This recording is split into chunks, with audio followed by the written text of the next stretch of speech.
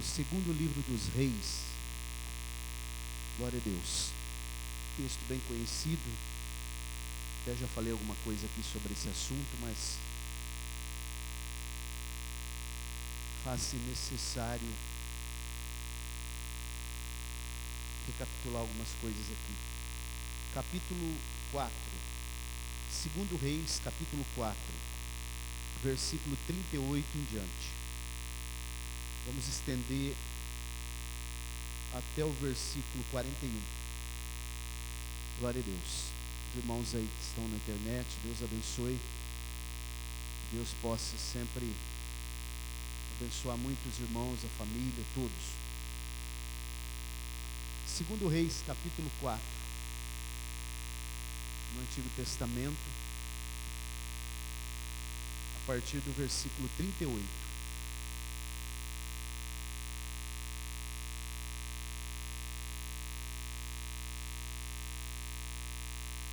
Amém? Diz assim a santa, bendita e eterna palavra de Deus.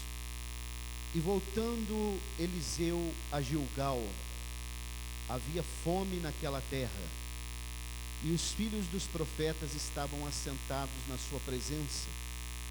E disse ao seu moço: põe a panela grande no fogo, e faze um caldo de ervas para os filhos dos profetas.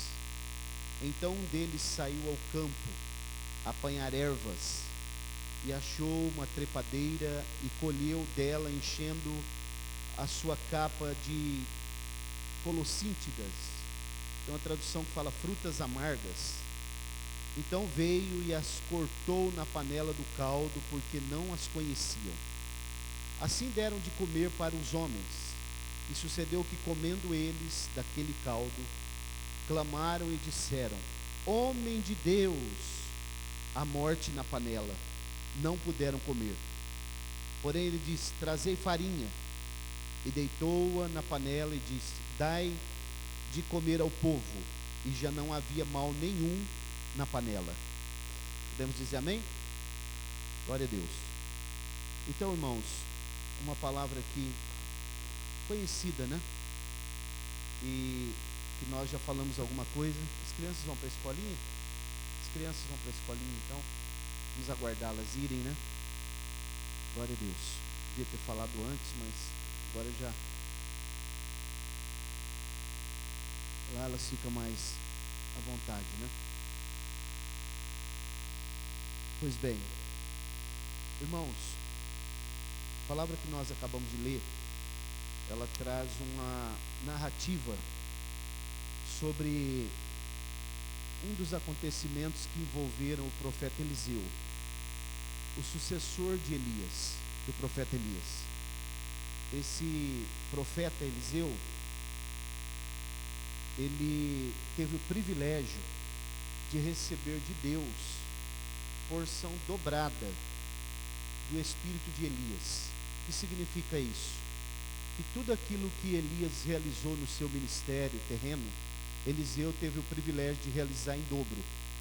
Todos os atos de Elias, Eliseu fez dobrado, porque Deus, na sua benevolência, e porque ele seguiu os passos de Elias, Deus então dispensou sobre ele essa oportunidade de realizar o seu ministério com maior amplitude do que o profeta Elias.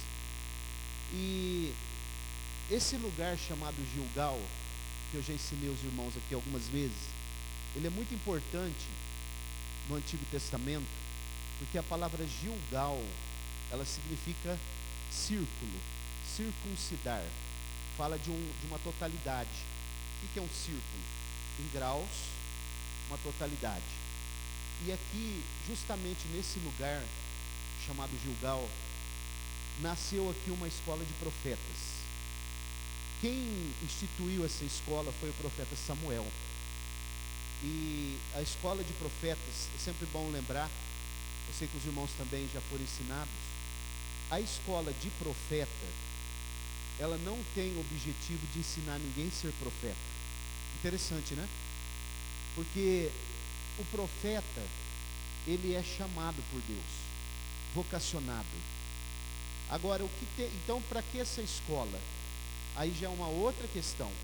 Quem é vocacionado por Deus para exercer o ministério, ele precisa de uma escola para ele aprender a exercer o ofício de profeta, porque não basta ser vocacionado.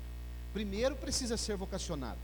Não adianta frequentar escolas e escolas e não ser vocacionado, porque a vocação, ela está em primeiro lugar.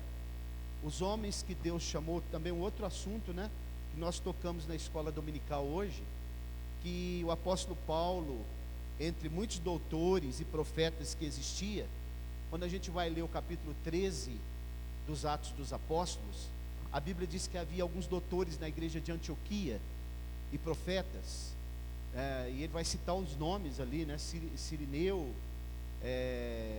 Níger e outros, mas ele diz assim, e orando os apóstolos, orando nós, e aprove ao Espírito Santo, e ele disse assim, o Espírito Santo disse, separai-me a Barnabé e a Saulo para a obra que eu tenho para realizar. E aí a Bíblia diz que eles jejuaram e oraram de novo, e impondo as mãos sobre eles, enviaram, né? Então é sempre o Espírito Santo, sempre ele que chama, sempre ele que vocaciona. Agora precisa passar pela escola. A escola é imprescindível, porque a escola vai trazer aprimoramento, vai trazer alguns elementos que é necessário para desenvolver a obra de Deus. Esse lugar então aqui era uma escola de profetas, e a Bíblia diz que os filhos dos profetas estavam assentados na presença, né, na sua presença. O que eles estavam fazendo ali? Aprendendo com o profeta Eliseu, que era alguém que tinha para ensinar. Como nós poderemos ir numa escola, irmãos, aonde nós não conseguiremos aprender? Não tem alguém que nos ensine. Os irmãos já pensaram, irmã Fátima, a senhora já pensou? A senhora está lá na escola, de repente os alunos chegam lá, a senhora é professora de inglês, aí eles vão falar para a senhora assim, Fátima, como que significa, o que significa essa palavra aqui em inglês? Aí a senhora diz assim, sabe que eu não sei? Ora, isso vai ser um contrassenso, né? Porque a irmã Fátima está lá na escola de inglês, porque ela conhece o assunto, né? Ela sabe, ela conhece a língua, ela sabe as pronúncias e assim por diante, né? Sabe que tem algumas palavras do grego e do hebraico que eu até conheço, mas na hora de pronunciar é que é o problema, né? Que são muito difíceis a pronúncia. Então a escola é para isso.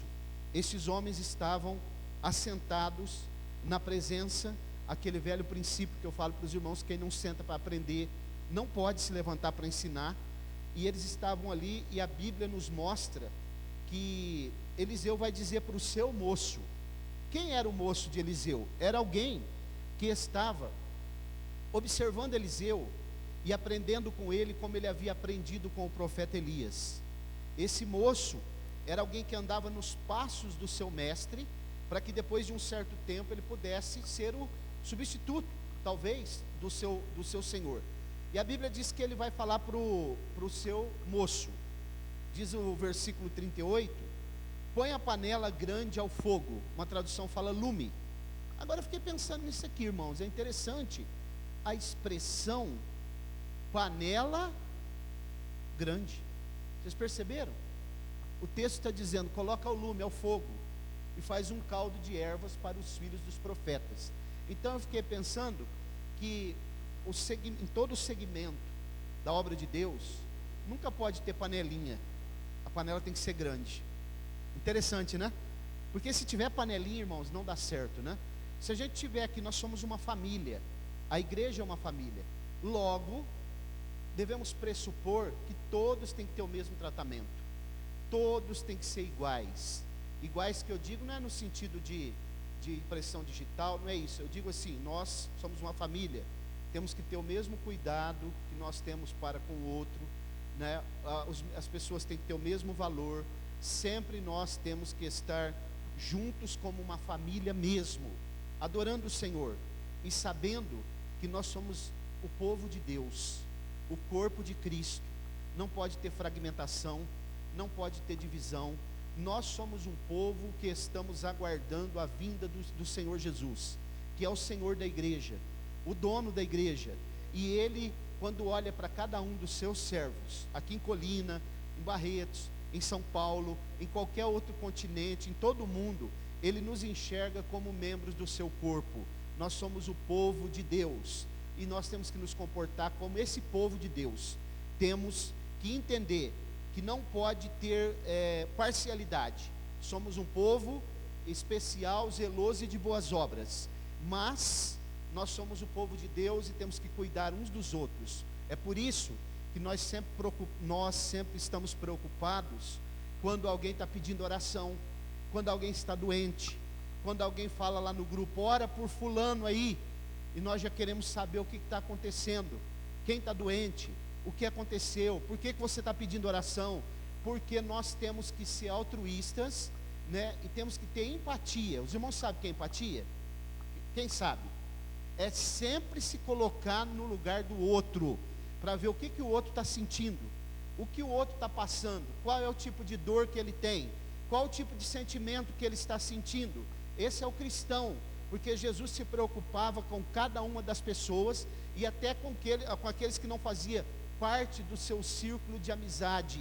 Jesus fazia isso, e se nós somos cristãos, nós temos que entender que precisamos nos preocupar, sempre. O que é que o irmão está passando? Qual a dificuldade dele? Vamos ouvir e vamos orar por ele e pedir que o Senhor possa abençoá-lo sempre. E entender que a obra de Deus não tem panelinha, é a panela grande, ela é colocada no fogo. Por que no fogo? É o lugar da onde sai toda a orientação, é o lugar da onde a comida não sai lá do fogo, do fogão. Então é o lugar que a comida vem para nos alimentar, porque os crentes precisam ser alimentados espiritualmente, porque o crente que não recebe a palavra de Deus, ele fica raquítico.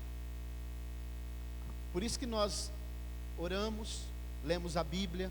Hoje nós conversamos com um rapaz lá, ele falou, eu levanto 5h30, e a primeira coisa que eu faço é ler a Bíblia e orar, para eu ser sustentado no dia, ele falou, porque não é fácil, né? Contou algumas histórias para nós. É o devocional, irmãos, e a palavra de Deus, ela tem essa capacidade de nos alimentar. A palavra de Deus tem a capacidade de nos fortalecer. Ela é viva, essa palavra, ela é eficaz. Essa palavra não é um livro comum. A palavra de Deus não é apenas letra, tem a revelação do Espírito além da letra, para que nós possamos ser alimentados por ela. Observe, irmãos, ele vai chamar o moço dele, versículo 38, vai dizer, você vai fazer uma comida aí, um caldo de ervas. Essas ervas aqui eram legumes que se encontravam no campo. A Bíblia diz que então, no versículo 39, agora aqui, irmãos, preste atenção no 39, quem foi que Eliseu mandou sair para buscar? O seu moço. Mas no 39, então um deles saiu ao campo a fim de apanhar ervas. Aqui já começou o problema. Ele não mandou sair um deles, ele mandou sair o seu moço. Perceberam, irmãos? É aquilo que a Ana Luísa falou aqui, que às vezes nós não estamos prontos para obedecer. Ele diz assim, vai o moço, saiu um deles. Por que ele mandou esse moço? Porque esse moço estava acostumado a sair pelo campo e chegar lá e ele apanhar ervas. Ele já conhecia, ele sabia as ervas que poderiam ser ingeridas ou não. De vez em quando a gente vê aqueles programas, né, no Discovery e outros canais, que mostra aquelas pessoas que estão tentando sobreviver, ensinando sobrevivência, e eles chegam num dado momento, a fome aperta, eles vão pegar alguma erva, alguma fruta, e eles chegam, essa aqui não dá, essa aqui, se você estiver num momento de sobrevivência, não coma isso daqui que é veneno. E um dia eu vi um cidadão comendo uma lá e ele ficou mal, hein? Precisou ser retirado do programa às pressas e ser hospitalizado. E aí o médico falou para ele, mas por que você comeu? Porque eu não conhecia. Então os irmãos observem, um deles saiu ao campo para apanhar ervas, e achou uma parra brava, uma tradução fala parra brava, outra fala trepadeira, e colheu. E ele não colheu pouco, viu, irmãos? Sem conhecer, ele encheu a capa. E por isso que eu quero entrar num assunto aqui com os irmãos, né? E essas frutas amargas, e cortou na panela do caldo, porque não conhecia, não sabendo o que era. Uma tradução fala não conhecia. E aqui eu vou entrar num assunto aqui sobre, irmãos, aquilo que nós recebemos como palavra, como orientação na Bíblia Sagrada, nós precisamos conhecer o que nós estamos ouvindo, o que está sendo pregado para nós, a fonte que está saindo o alimento, para que nós não fiquemos envenenados. O que tem de pessoas envenenadas hoje com palavras, a pessoa até pode usar a Bíblia, está aqui, ó, mas só que a pessoa não sabe, não conhece, e uma grande parte, uma grande proporção de pessoas hoje que estão comendo coisas ruins é porque é aquilo ali, ó, não sabendo o que era, é a ignorância. Não é ignorância no sentido pejorativo que eu estou falando, é no sentido de não conhecer aquilo que está sendo entregue, aquilo que está recebendo. O que o apóstolo Paulo diz quando ele vai falar sobre a ceia? Porque eu recebi do Senhor o que também vos ensinei. Tem que receber da fonte, tem que vir do Espírito Santo, tem que vir da palavra de Deus, tem que ser algo revelado pelo Espírito Santo, para que nós possamos nos alimentar, ser fortalecidos. Quando nós somos fortalecidos por esse alimento, estamos prontos para enfrentar a luta aí fora, as enfermidades, os problemas, as dificuldades, os momentos que nós temos que nos subjugar, né? Como a irmã Fátima falou aqui, tem momentos, irmãos, que a gente lida com situações na nossa vida, que dá vontade mesmo de, né? A gente fica nervoso, e quer reagir, né? Porque nós temos a nossa personalidade, mas quando nós estamos alimentados com a palavra de Deus, nós vamos entender uma coisa, que nós precisamos mesmo fazer como Davi, aguardar que Deus vai cuidar daquela situação, Deus vai fazer as coisas no momento certo. Por isso que nós precisamos ser orientados pela palavra de Deus. Não receba nenhum tipo de orientação que você não saiba que vem, estou falando no âmbito espiritual, da palavra de Deus, que tenha sido revelado pelo Espírito Santo. Essa comida tem que ser saudável, porque senão ela vai fazer mal depois, vai trazer indigestão, a pessoa fica doente e pode até morrer, viu, irmãos? Paulo não fala lá em 1 Coríntios, há muitos fracos e doentes, e muitos que dormem? Porque a comida, ela não pode ser qualquer comida. Como uma comida estragada, né? Falando assim, física. Vamos comer uma comida aí, no restaurante, no lugar, se ela tiver estragado, se tiver salmonela lá, hein? Ou então, como é que chama aquela outra que eu me esqueço? Botulismo, que é uma doença grave, né? Um dia eu estava vendo uma reportagem, precisou daquele helicóptero Águia, da Polícia Militar em São Paulo, vir rápido aqui em Santa Fé do Sul, levar um casal para o hospital em São Paulo, porque eles estavam com botulismo. Compraram mortadela e comeram e foram acometidos de botulismo. A pessoa morre, irmãos. O helicóptero só tinha 6 horas no máximo para eles tomar a vacina. Só tem um remédio, uma vacina. E aí eles foram levados e deu tempo de socorrer, porque se fosse de carro eles não conseguiriam chegar em São Paulo a tempo. Comeu coisa que estava com bactéria, coisa estragada. A palavra de Deus, ela é saudável. A palavra de Deus tem o que nós precisamos. A palavra de Deus tem fortalecimento, tem direção, tem graça. A palavra de Deus, ela é luz para os nossos pés e para o nosso caminho. A palavra de Deus tem coisas boas para nós. Se alimente desta palavra, saia daqui restaurado nesta noite, saia daqui renovado para enfrentar os problemas. Receba essa palavra em nome de Jesus e saia daqui com a certeza que a palavra de Deus tem o que nós precisamos. A Bíblia diz que ele colocou lá, não conhecia. Como você fez isso aqui, irmão? Ah, eu não sabia. Você não sabia? Não sabia. Aí eu fiz. 40. Assim que deram de comer para os homens, né? Sucedeu que comendo, na verdade eles experimentaram ela. Não chegou a comer muito. Daquele caldo, clamaram e disseram. Uma tradução vai falar assim: alguém clamou, né? Alguém disse: homem de Deus, a morte na panela. Ó, irmão, isso aqui é muito importante. Na obra de Deus, às vezes tem momentos que passa alguma coisa despercebida daquele que é o líder. Isso acontece, porque o líder é humano, ele não vai ver tudo. Tem momento que ele não vai ver. Precisa ter pessoas ao lado do homem de Deus, daqueles que fazem a obra de Deus, para alertar algumas coisas, né? Ô, irmão, você viu isso daqui? Aconteceu algo aqui, porque o homem de Deus não tinha percebido aqui. mas tinha alguém que percebeu, e ele disse assim: ó, tem morte na panela, não pode comer isso daqui. E por isso que nós temos que ter vigilância constantemente.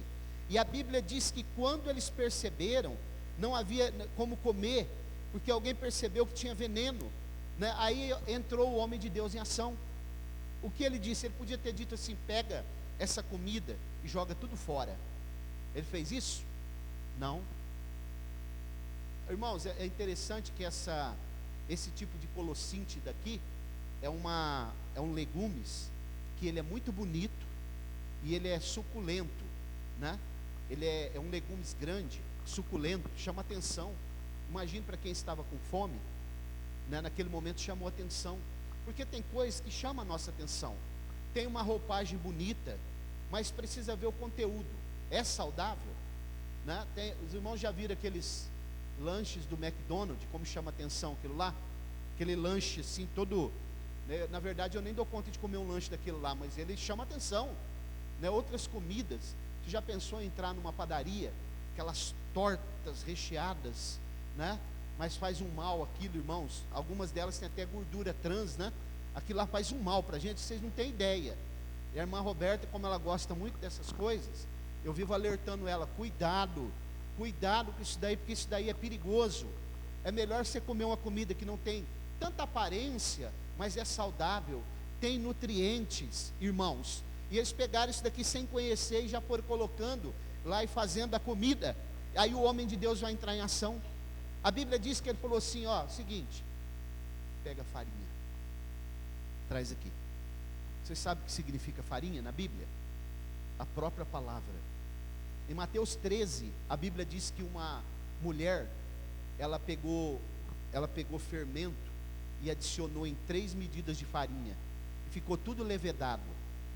Farinha na Bíblia, lá nesse contexto aqui nesse contexto e no contexto de Mateus, lá 3 medidas, porque fala da atuação do Deus Trino na igreja através da revelação da palavra. E o fermento é aquilo que altera, é aquilo que tira a pureza. Aqui no caso, a farinha, a palavra, vai ser usada para combater a heresia, para combater aquilo que faz mal, que é veneno. Ele traz a Bíblia diz que ele manda trazer a farinha, e ele coloca, deitou na panela. Aí ele disse assim, com certeza misturou, né? A Bíblia não está entrando em detalhes, e disse: pode dar para eles, para comer, porque foi corrigido, tirou o veneno. A palavra de Deus é o antídoto. A palavra de Deus, irmãos, é o remédio curativo para aquilo que nós precisamos. Se você ouviu alguma coisa, entendeu alguma coisa por aí que explicaram, equivocado, ó, busque aqui nessa fonte. Ela é inerrante, ela tem a resposta, ela tem a solução. A palavra de Deus, ela combate o veneno da heresia, dos equívocos, das coisas erradas, das coisas que faz mal para o ser humano, porque tudo que está registrado aqui é remédio. A Bíblia diz que esta palavra, ela é muito melhor do que o licor dos favos, é mais doce do que o licor dos favos. Você já pensou pegar um favo de mel, que é delicioso? A palavra de Deus no sentido espiritual é mais doce, ela nos traz alento, ela nos traz quietude, ela nos traz segurança, ela nos traz paz no dia de tempestade, ela aquieta o nosso coração, ela nos dá tranquilidade para que nós possamos andar com segurança. Ela nos dá a certeza de que Deus está conosco no momento da tristeza, das enfermidades, das lutas, das perseguições. Se alimente desta palavra nesta noite, saia daqui com a certeza plena: Deus tem uma palavra para o nosso coração sempre, e Ele sempre estará conosco e nos visitará no momento da angústia, sempre, sempre, irmãos. Às vezes a gente pode até falar assim, né? Esse problema aqui, ó, ele não tem mais solução, dificuldade, né? Eu não estou aguentando mais essa situação. Mas lembre-se, irmãos, que nós temos respaldo e resposta na palavra de Deus, viu? Leia todo dia uma palavra de manhã, antes de você. Todo dia eu mando uma palavra, né? No grupo, mando até o Júlio que está recebendo lá as palavras que eu estou mandando, porque a palavra que nós lemos, irmãos, ela é uma palavra viva. Ela vem de encontro à nossa necessidade, ela vem de encontro àquilo que às vezes nós estamos esperando, né? Deus, fala comigo. Quantas vezes, irmãos, eu tive momentos difíceis, e alguém mandou uma palavra para mim no zap, né? E naquele momento Deus falou comigo ali, porque a palavra ela é revelada. Não é como você mandar, por exemplo, um texto de uma revista ou de um outro livro. A palavra de Deus é o Espírito Santo que revela ela, para que nós possamos ter alento na nossa alma, para que a brisa suave de Deus toque em nós, e nós saibamos, esse Deus não se esquece, esse Deus está comigo sempre. Como eu sempre digo aqui, Deus não precisa de fosfosol, Deus não se esquece de nada, Ele está no controle absoluto de tudo, e quando tiver alguma coisa nos fazendo mal, a palavra de Deus será o antídoto sempre. Glória a Deus. Irmãos, quando você precisar de qualquer resposta, em qualquer área da sua vida, lembre-se de uma coisa: você aí na internet, Deus tem a resposta, sempre. Talvez o patrão não vai ter, né?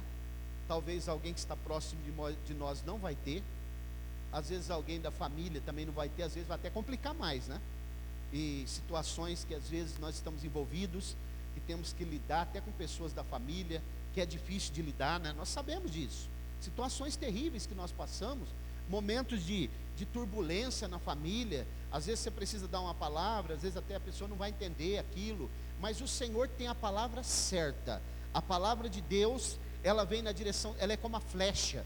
A palavra de Deus, ela vai no alvo, irmãos, e ela, quando ela chega, você vai perceber uma coisa: a situação vai se acalmar, porque a palavra de Deus não é como a palavra dos homens, dos filósofos. Quando Jesus chegava num momento, num lugar que tinha uma situação difícil, uma situação de angústia, de perplexidade, Jesus chegava como solução. Jesus é solução. Jesus encontrou-se com uma situação dificílima quando ele vai chegando na cidade de Naim. A Bíblia diz que vinha saindo um cortejo fúnebre. O único filho daquela mulher havia sido ceifado pela morte, e Jesus vai se aproximando. A Bíblia diz que ele para. A mulher estava angustiada, chorando, a mãe daquele único filho que já era viúva, e a Bíblia diz que Jesus para e diz para a mulher: não chores. Toca naquele esquife, no caixão, e diz para o mancebo: levanta-te. E aquele moço se levantou, porque o dono da vida chegou, aquele que tem a vida, que é a própria vida. A morte não resistiu a ele, e a bonança, a paz chegou novamente,